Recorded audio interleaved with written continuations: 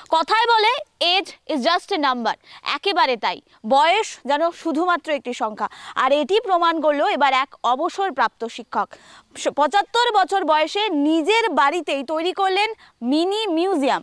দেখুন এই বিশেষ প্রতিবেদনে। সোনামুখীর অবসরপ্রাপ্ত শিক্ষক বিকাশ রায়, এই মুহূর্তে আমরা রয়েছি তার বাড়ির সামনে। তার বাড়িতে প্রবেশ করলেই মনে হবে যেন পুরো বাড়িটা এক টুকরো মিউজিয়াম। তার বাড়িতে রয়েছে নবাবী যাত্রা, সোনামুখী বাবা মনোহর দাসের আখড়ার বৈচিত্র্য, গ্রাম বাংলার বৈচিত্র্য ফুটিয়ে তোলা হয়েছে এবং পুরোটাই বিদেশি কাঠের কারুকার্যের মাধ্যমে। আর এই মিউজিয়াম ঠিক দেখতে কিরকম বাংলার মানুষের সামনে, দেশের মানুষের সামনে কেটিভি বাংলার পর্দায় তুলে ধরবো আমরা। প্রায় ৫০ বছরের নিরলস সাধনায় তিনি তৈরি করেছেন কাঠ, মাটি, স্লেট পাথরের অসংখ্য শিল্পকর্ম। দেবদেবীর মূর্তি যেমন দুর্গা, কালী, শিব, লক্ষ্মী, গণেশ, সরস্বতী থেকে শুরু করে গ্রামীণ জীবনচিত্র, হাটবাজার, কৃষিকাজ, এমনকি ঐতিহাসিক যুদ্ধের প্রস্তুতির দৃশ্য, সবই তার হাতে পেয়েছে জীবন্ত স্পর্শ। শিক্ষকতা থেকে অবসর নেওয়ার ১৩ বছর পরেও থামেননি তিনি, বরং নিজের বাড়িতে এক ঘরে ৪৫ বছরের চেষ্টায় গড়ে তুলেছেন এক অনন্য শিল্প মিউজিয়াম, যা দেখতে এখন ভিড় জমাচ্ছেন নানা প্রান্ত থেকে শিল্পী তথা অনুরাগীরা। শিক্ষকতা জীবনের ব্যস্ততার মধ্যেও তিনি তৈরি করেছেন নানা শিল্পকর্ম, পাশাপাশি শিশুদের হাতে তুলে দিয়েছেন অক্ষর ভিত্তিক ছবি বা নানা ধরনের TLM, যা টিচিং লার্নিং মেটেরিয়াল নামে পরিচিত। শিল্পীর এই উদ্যোগকে স্বাগত জানিয়েছে রাজ্য সরকার। পাশাপাশি শিল্পীর কথায়, ছোট থেকে কুমোরটুলির মৃৎশিল্পীদের দেখে অনুপ্রাণিত হয়েছি, শিখেছি, আর সেই থেকেই আমার এই পথ চলা। এই চিন্তাটা তো আজকের নয়, চিন্তাটা জন্মের পর থেকেই। ছোটবেলায় কলকাতায় জন্মার পর বাগবাজারে আমার জন্ম হয়েছিল, ওইখানে আমাদের বাড়ি ছিল, থাকতাম আমরা। ছোটবেলায় আমাদের বাড়ির পাশে কুমোরটুলিতে আন্তর্জাতিক যত মৃৎশিল্পীদের দেখতাম, ওইটা একটা ইন্সপিরেশন ছিল আমার কাছে কাজের।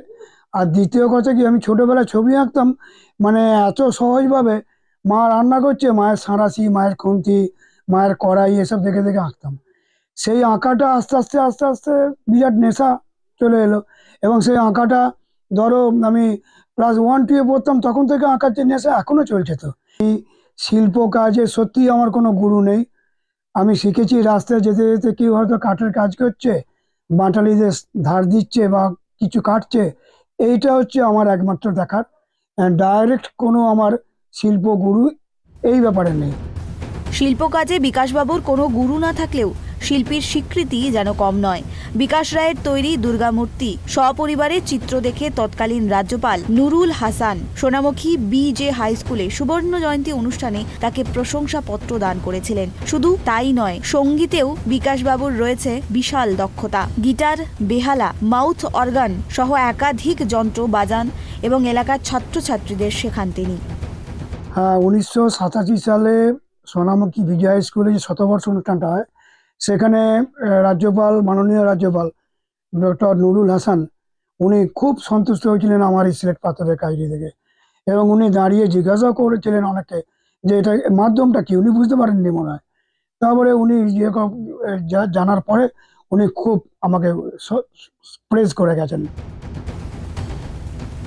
বিকাশবাবুর আক্ষেপ, বর্তমান যুব সমাজ কাঠের শিল্পকর্মে আগ্রহ হারাচ্ছে, হারিয়ে যাচ্ছে গুরুজনদের প্রতি শ্রদ্ধাবোধ। অভিভাবকদের উদ্দেশ্যে তার বার্তা, পড়াশোনার পাশাপাশি সন্তানদের শ্রদ্ধা এবং সৃজনশীলতা জাগিয়ে তুলুন। বিকাশ রায় জানিয়েছেন, নিজের তৈরি শিল্পকর্ম কখনো বিক্রি করবেন না, বরং সুযোগ পেলে তার স্বপ্ন ব্যক্তিগত মিউজিয়ামকে আরও বড় করে সকলের কাছে তুলে ধরার জন্য।